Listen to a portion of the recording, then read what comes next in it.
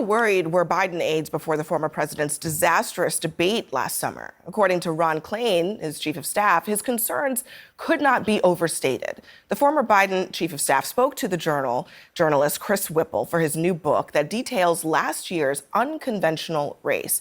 And just 4 days before the debate, Klain recalled that Biden didn't know what Trump had been saying and couldn't grasp what the back and forth of the campaign was. And at his first meeting with Biden for debate prep, quote, Klain was startled. He'd never seen Biden so exhausted and so out of it. Biden was unaware of what was happening in his own campaign. Halfway through the session, the president excused himself and went off to sit by the pool. In a statement to CNN, Klain said the excerpts from the book distorted his meaning. He says, I had no doubts then or now about the president's mental acuity. My point was that he was exhausted from travel and sick and overly focused on foreign affairs and detached from domestic policy. He says that Biden wasn't in the flow on the arguments of the campaign and was focused on Ukraine and Israel. I am not sure that is the defense that he thinks it is. And here's the bottom line, having nothing to do with the excerpt. That special counsel who interviewed President Biden about why he had the files in his garage, I mean, his ultimate conclusion was basically Biden wasn't up, like he shouldn't be prosecuted out of sympathy. He's an elderly man. He's an elderly man who has a very bad memory and doesn't remember anything that happened. Ashley, do you feel lied to? Yeah, I do. I hadn't been around the president before that debate, and I worked for Joe Biden, and if the people around him knew that he was not capable, it is unacceptable to me that they allowed him to go onto that stage. I deserve better as a voter, not even as a Democrat, as a voter and as an American. I do. And I know that Joe Biden is a friend, but in this excerpt, the part about the pool, he went off, this is in the middle of debate prep, went off to the pool and he took a nap. And that was before the biggest debate of this campaign. That's not even the governance of the country. So Joe Biden, maybe he has the best intentions. I'm sure that you believe that. But the right decision, it seems pretty unequivocally, is that he should not have run for re-election. Look, I was also just texting with Ron Klain, and who vehemently says he was taken out of context. I'll tell you my experience, which is what I can talk about. I've known Joe Biden for over 25 years. Certainly, the Joe Biden today is not the Joe Biden of 5 years ago, 20 years ago, 15 years ago, 25 years ago. It's not. But also, I will tell you, and I think that comes out also in the book and the excerpt that I read, something clearly happened that day, around those days, that was not the case the day after. I saw Joe Biden 24 hours after that debate here in New York. He was a completely different person.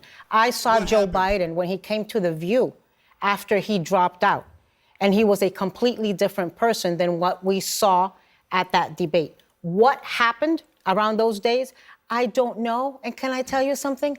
I don't care, because I want to talk about the future and how we fight Donald Trump and how we get rid of Donald Trump. He was not a completely different person. He did the Stephanopoulos debate interview to try to save him. He did your show to try to save him. He just, he's the guy's in his mid-80s. I'm not faulting him.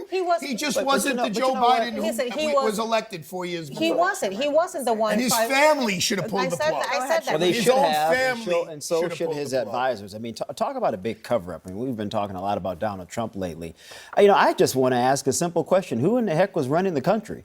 If the president's mental acuity was in question and some days he's on and some days he's off, was the guy really capable of doing the job day to day? I honestly really question that.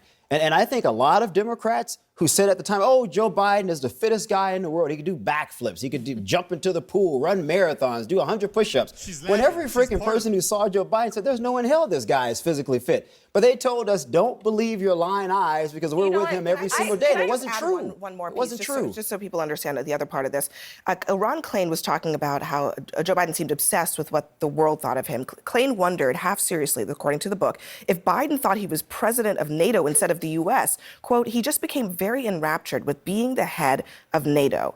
That wouldn't help him on Capitol Hill because, as Klain noted, domestic political leaders do not care what Macron and Scholz think. And he was running for re-election. Here's what I will say. I try and be an honest broker when I talk about things on this show. And I do think that that does not always happen with other guests. What we are Present learning. company excluded, right? Present company. Okay, thank you. Just want to make sure. What we are hearing right now is unacceptable to me, and I am a Democrat. And I think in order for this country to get back on the right track, when things like this are exposed, we have to call balls and strikes right and wrong. That night of the debate was terrifying for many, it was scary. It hurt my heart, but it was very clear that that might not have been the first time. And I find that unacceptable. I would find that unacceptable in a Trump administration, in an Obama administration, in a Bush administration, and in a Biden administration. Why do you think that it wasn't the first time? We really have to leave it there. Because you don't just fall off the cliff that quickly. It's a slow decline. And yet again, another right-wing conspiracy theory turning out to be a conspiracy fact. Once again, right in front of our eyes. But hey, for those of us that can critically think, that can clearly see, that can pay attention, knew the writing and seen the writing on the wall, and have realized that something was definitely wrong with Joe Biden. We didn't need to see the disastrous debate performance for us to finally realize and say, oh my gosh, something's definitely wrong. Because throughout his whole presidency, when he was calling out people that were dead, he was falling asleep, he was falling and tumbling over, fell over on the bike, going up the stairs. You had Obama help him and carry him off the stage. They told us all of these things were cheap fakes. They were fake. They were lies. Some of them would probably have told you that it was AI video. That's how bad they wanted us to believe that it was a cheap fake. But for them to see what we saw, it had to happen on a public stage in front of millions to where now they can't deny it, which was at the debate. And then now you have staffers coming out and saying, hey, you know what? Yeah, we knew that something was definitely wrong with Joe Biden, but they just didn't want to do anything about it or couldn't do anything about it.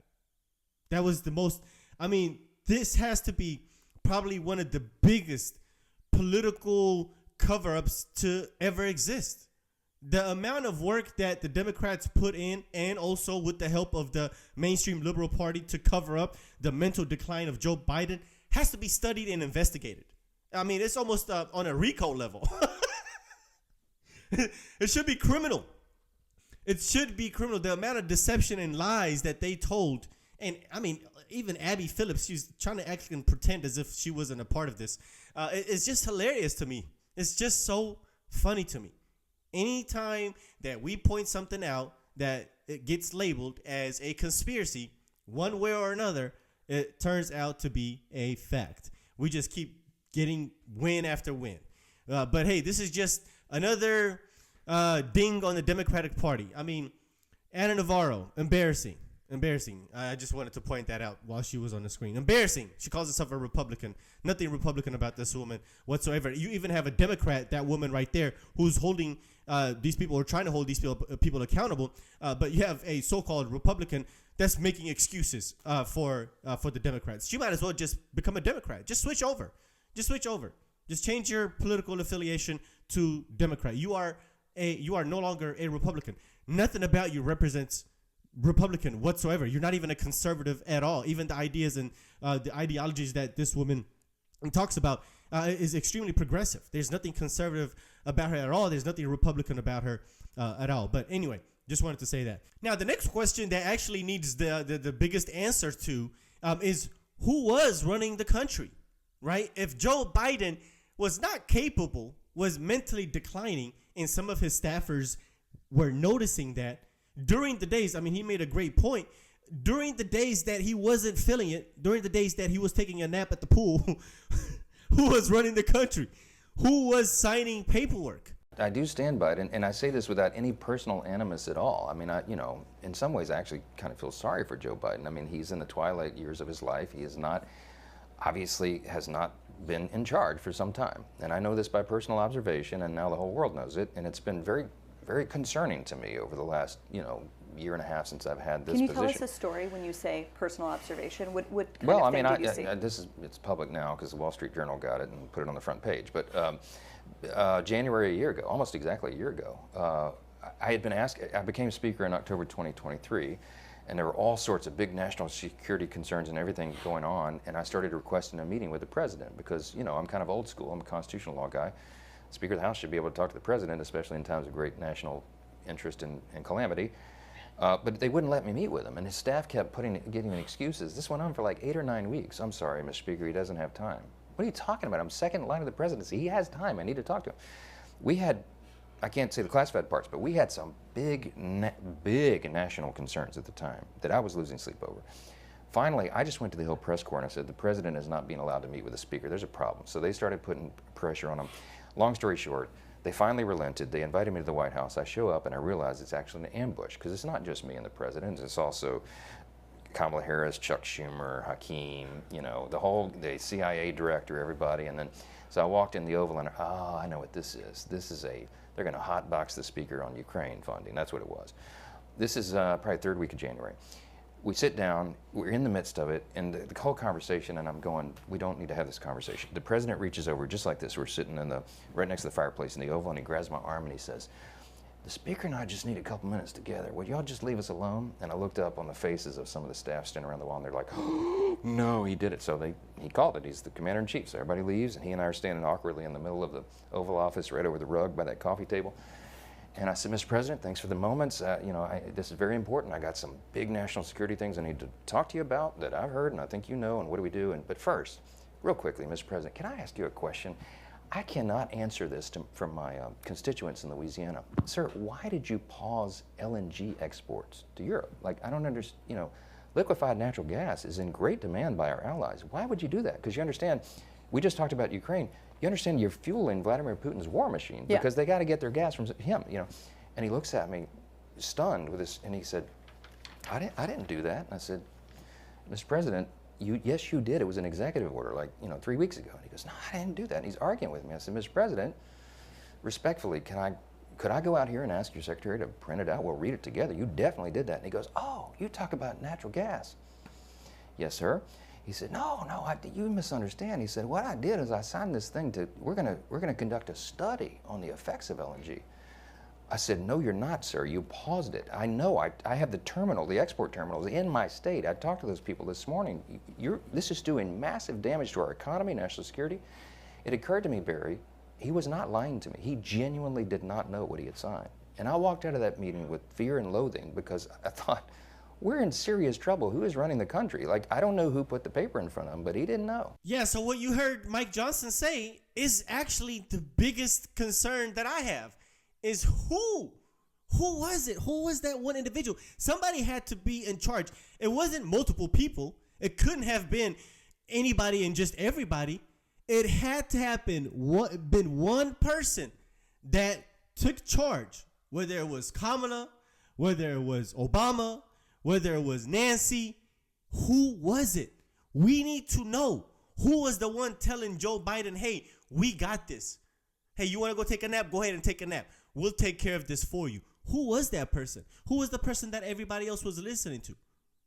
Who were they answering to when they couldn't get Joe Biden or couldn't, contact Joe Biden or whatever? Who did they reach out to? That's what I want to know. That's the biggest question that I have. Yeah, anyway, guys, let me know what you think. This is very, very interesting. Let's talk about it in the comment section. Hit the like button, guys. It really helps the channel out. And, of course, if you are brand new, consider hitting subscribe, and I'll see you on the next one. Peace.